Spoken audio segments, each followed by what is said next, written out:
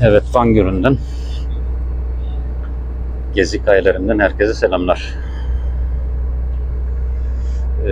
Tatvan'dan çıktık. Van'a doğru giderken tam Gevaş ilçesine yaklaştık.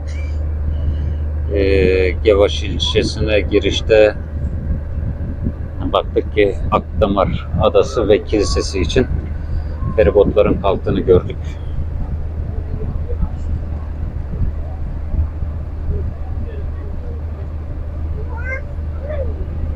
Evet, martılar. Akdamar Adası ve Kilisesi'ne kalkan feribotu görünce hemen fırsat bu fırsat durduk. Hemen feribota atladık. Hemen karşımızda da zaten Akdamar Adası. Ücretinden bahsedeyim. Feribotla gidiş dönüş 60 TL kişi başı. Evet, karşıdaki yeşilliklerin oraya da çadırımızı kuracağız. O geceyi burada geçireceğiz. Yani bugün Van'ın Gevaş ilçesine bağlı Gevaş ilçesindeki çadır kamp yer merkezinde çadırımızı kuracağız. Tam karşıda iki tane daha ada var burnun ucunda. Tabi onların isimlerini bilmiyorum. Bir tanesi Tavşan Adası'ymış. Ama hangisi tam bilmiyorum. Bir de Akdamar Adası'nın hemen sol tarafında bir ada daha var. Büyüklüğü Akdamar kadar büyük değil ama o da Koyun Adası'ymış. Veya Koç Adası diye geçiyormuş. Koç Adası. Önceki yıllarda bu bölgede yaşayan insanlar yaz aylarıyla birlikte koyunlarını bu adaya getirirmiş, bırakırmış. Ta ki yaz sonuna kadar koyunlar kendi başına bu adada otlar, kuzulamak isteyen anaç koyunlar varsa onlar kuzusunu yapar. Ve yaz sonunda kışa doğru koyunların sahibi gelip buradan koyunlarını, koçlarını, kuzularını alıp memleketlerine geri dönerlermiş. Evet, ada yaklaştı. Adaya varalım. Baba bura ana. Ora ana baba diyor. Zaten çok güzel. Çünkü biraz akıllandı ya.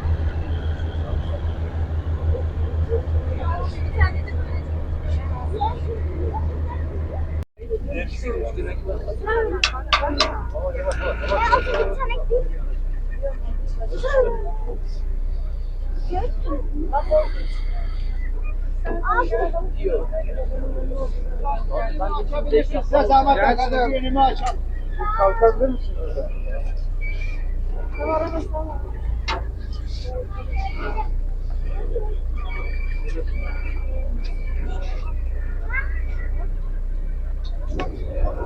Abla. Merhaba. Hadi gidelim. Baba dinle. Evet, Akdamar Adası'na geldik. Yukarıya doğru giriş yapıyoruz. Yani buranın Akdamar Kilisesi'nin işletmesi Kültür ve Turizm Bakanlığı'na bağlı.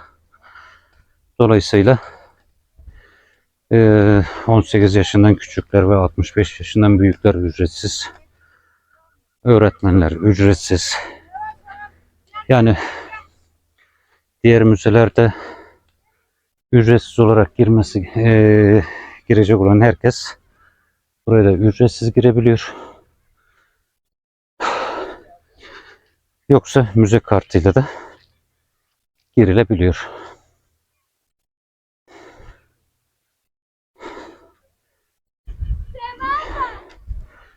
Evet, şöyle bir ilerleyelim.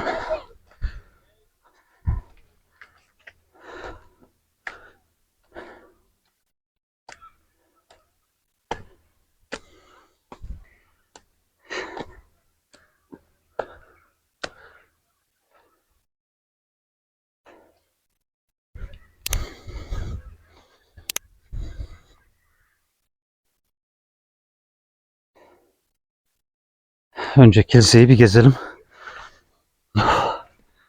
Daha sonra diğer taraflara devam.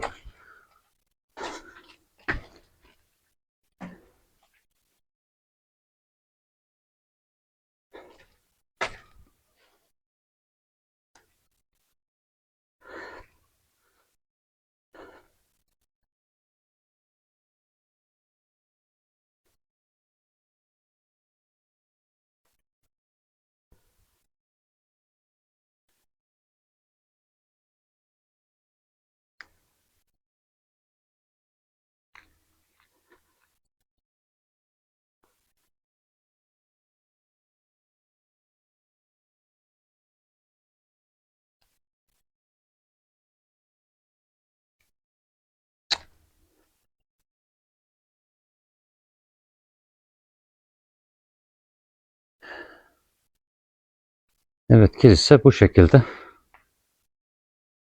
Kapısı kapalı olduğu için içeriye giremiyoruz. Ancak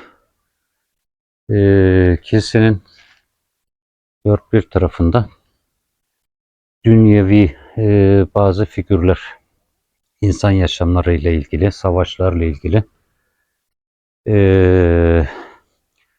üretimle ilgili, av hayvanları ile ilgili. Hemen şu üst tarafta görüyoruz. Deniz hayvanlarıyla ilgili, uçan hayvanlarla ilgili değişik figürler, kabartmalar var. Yani bu figürlerin bir yarısı işte bu bölgede yetişen sebze, meyve artı insan yaşamı artı bu bölgede yaşayan kuş, av hayvanları, bu tür şeylerin birçoğunu buraya kabartma olarak duvarlara işlemişler. İçerisine giremiyoruz. İçerisindeki durum nedir tabii tam bilemiyorum ama şu şekilde baktığım zaman mimari yapısı haç şeklinde bir yapıya sahip. Bundan dolayı da bu Akdamar Kilisesi'nin bir Ermeni kilisesi olduğunu net bir şekilde anlayabiliyoruz. Yani bu bir Ermeni kilisesi. Hatta dönem dönem basından da takip eden arkadaşlarımız Ermenilerin bu bölgeye gelip belirli dönemlerde gelip ayinler yaptıklarını da biliyoruz. Evet, ayin için geldiklerinde Hristiyanların bu bölgede mum yakma işlemi için kullandıkları ocaklar.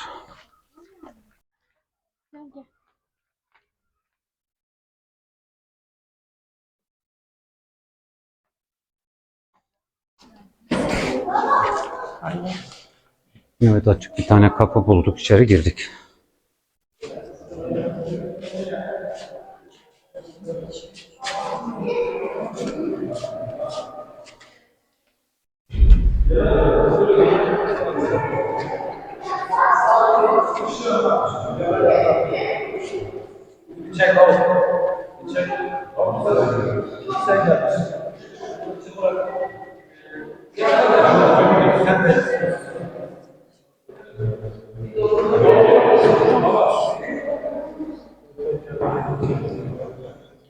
Evet, bahsettiğimiz gibi haç işaretinde yani şurası ve şu şekilde eline haç işaretinde yapıya sahip.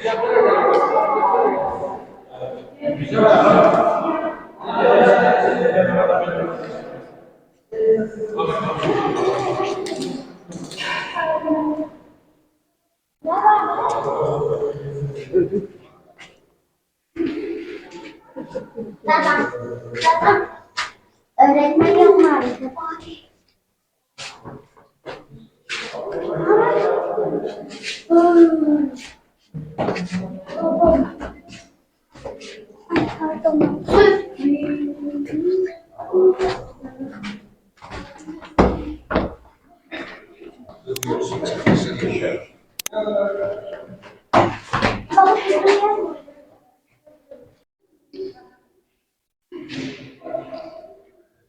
Tüm ülkemizde yaptığımız gibi buradaki de birçok tarihi motifleri mahvetmişiz. Hiçbir motif kalmamış desek yeridir.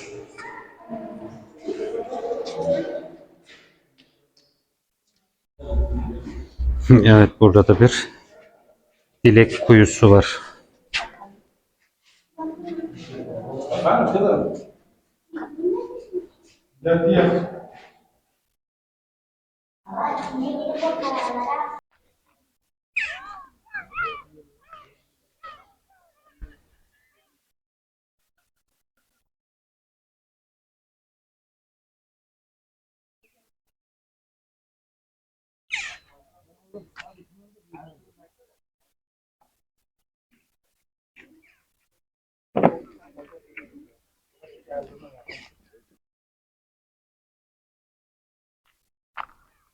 Evet, kilise bu şekilde. Biraz da şöyle ilerleyelim. Uç kısımdan karşı tarafa kıyıları ve ülkemizin en büyük gölü Van Gölü'nü görelim. Van Gölü'nü görelim derken hemen martılar zaten oradan çıktı. Kargalar çıktı. Yani bu gölde de çok martı var. Artı sudan dolayı herhalde bu bölgede karga da çok.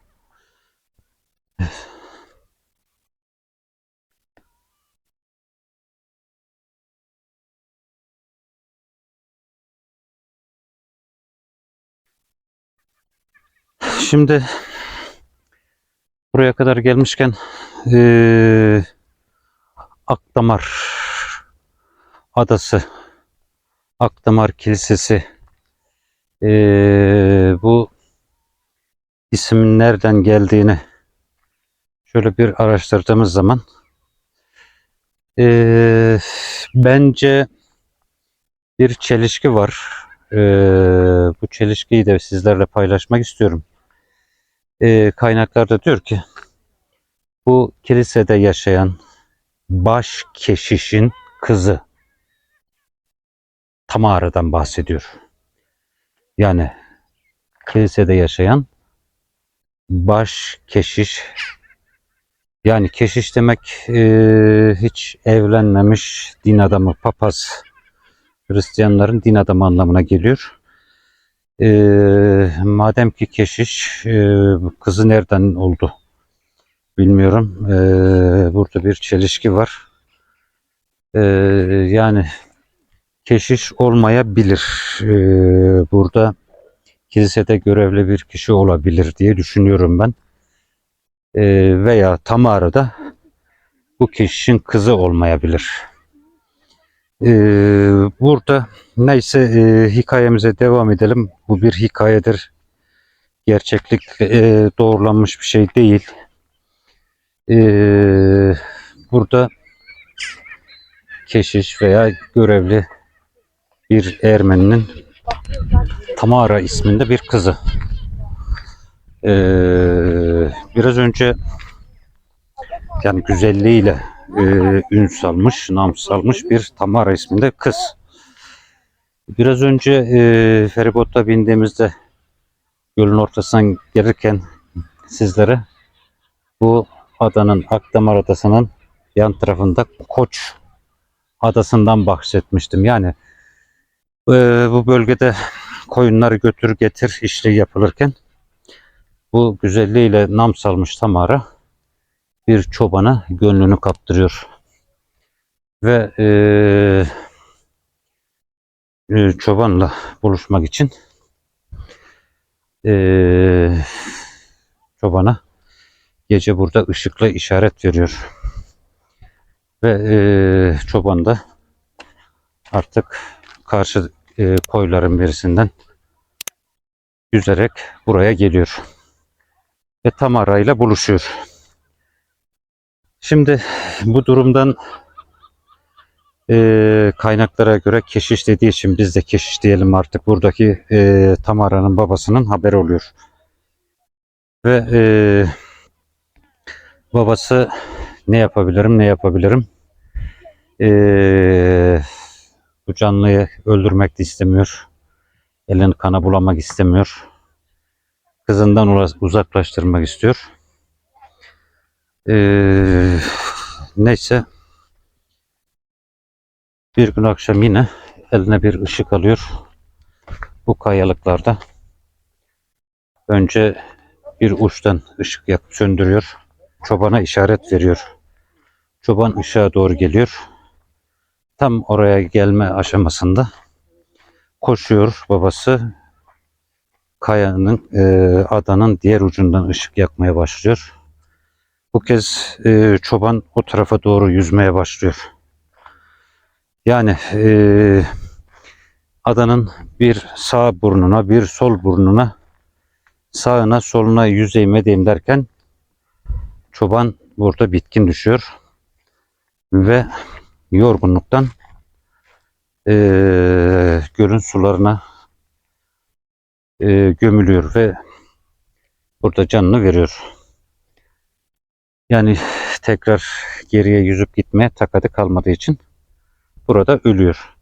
Ve ölmeden önce de son cümlesi sevdiği kız olan Tamara'ya "Ah Tamara" diyor. "Ah Tamara, yani beni yordun, bitkin düşürdün ve öldürdün" dercesine "Ah Tamara" diyor. Ve ondan sonra da ölüyor. Ve ondan sonra, o tarihten sonra işte bu ada Tamara Adası, Tamara Adası ve bu efsanenin, bu olayın duyulmasından sonra da Tamara Adası, Ah Tamara, Ah Tamara Adası olarak isim almaya başlıyor. Ve daha sonra Arap harflerinden Latin harflerine geçince bazı harfler anlam değişikliği durumundan dolayı Ah Tamara, Akdamar Adası olarak ve adada bulunan kilisede Akdamar Kilisesi olarak son ismini almış oluyor. Yani burası Akdamar Adası, Van Gölü'ndeki en büyük ikinci ada. İrili ufaklı, yanlış bilmiyorsam 5-6 tane ada var. Burası ikinci büyüklükteki ada. Evet arkadaşlar, Akdamar Adası'ndan bu kadar diyelim. Akdamar Adası, bahsettiğim gibi, Van Gölü'nün ikinci büyük adası. Çevresi yaklaşık 3 kilometre. Yüz ölçümü de yaklaşık 168.000 metrekare. Yani böyle çok büyük değil. Küçük bir ada. Buranın bir başka özelliği de tam gün doğumu ve gün batımının göle yansımasıyla birlikte güzel bir,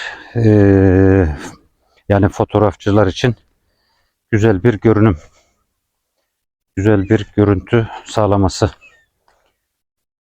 Fotoğrafçılar da bu bölgeyi özellikle tercih ediyor. Biz fazla uzatmayalım. Akdamar Adası'ndan, Akdamar Kilisesi'nden bugünlük bu kadar. Dilimizin döndüğünce anlatmaya çalıştık. Bildiğimiz kadarıyla anlatmaya çalıştık. Yeni videolarımızda görüşmek ümidiyle diyorum. Hoşça kalın, Hoşça kalın. takipte kalın. Bizi izlemeye devam edin.